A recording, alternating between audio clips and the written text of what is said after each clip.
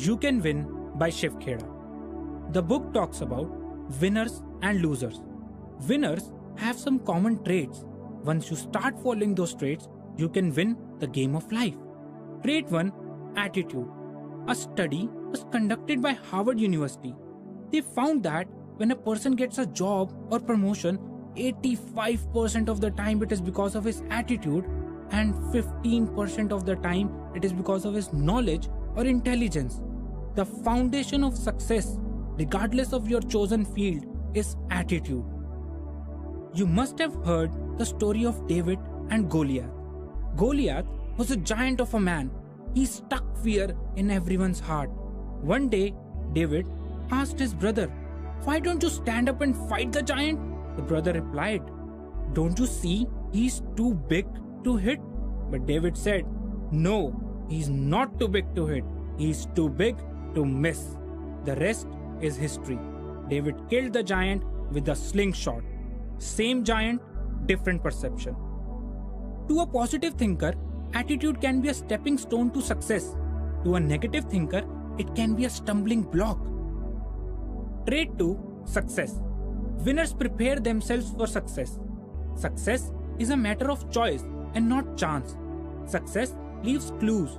If we identify and adapt the qualities of successful people, we can also become successful. Successful people don't give up easily. Once, B.C. Forbes said, "History has demonstrated that the most notable winners usually encountered heartbreaking obstacles before their triumph. They won because they refused to become discouraged by their defeats." This reminds me a story of a person. This person failed in business at the age of 21. He was defeated in legislative race at the age of 22. Failed again at business at age 24. His sweetheart died at age 26. Lost senatorial race at age 45. Lastly, he was elected President of United States of America at age 52. The person was Abraham Lincoln. As winners tread on the path to success, they face many obstacles. Obstacles to success are fear. Fear results in insecurity, lack of confidence, and procrastination. It primarily comes from lack of understanding. To live in fear is to live in an emotional prison. Think of fear as false evidence appearing real. Lack of motivation. Motivation is a spark that ignites action. There are two types of motivation: internal and external. External motivation comes from outside, such as money, fame, societal approval, or fear.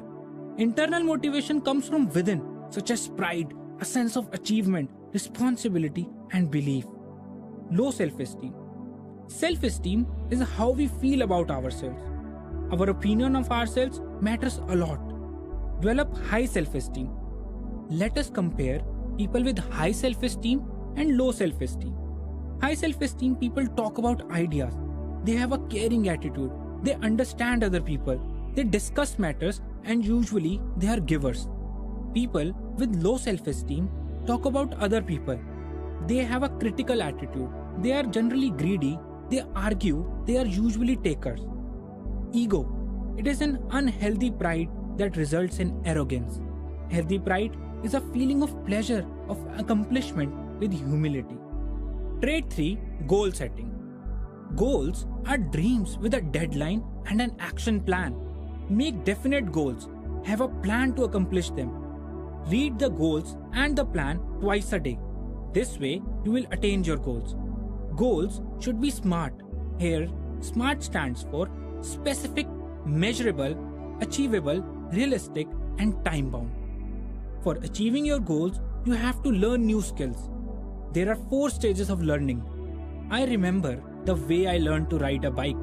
Stage 1, unconscious, incompetent. At this stage, I was not aware that I can't ride a bike. I was unconscious. The worst part, I had no skill to ride a bike. I was incompetent.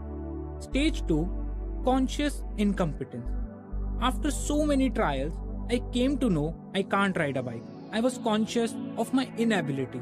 Still, I had no skills to ride a bike. I was incompetent.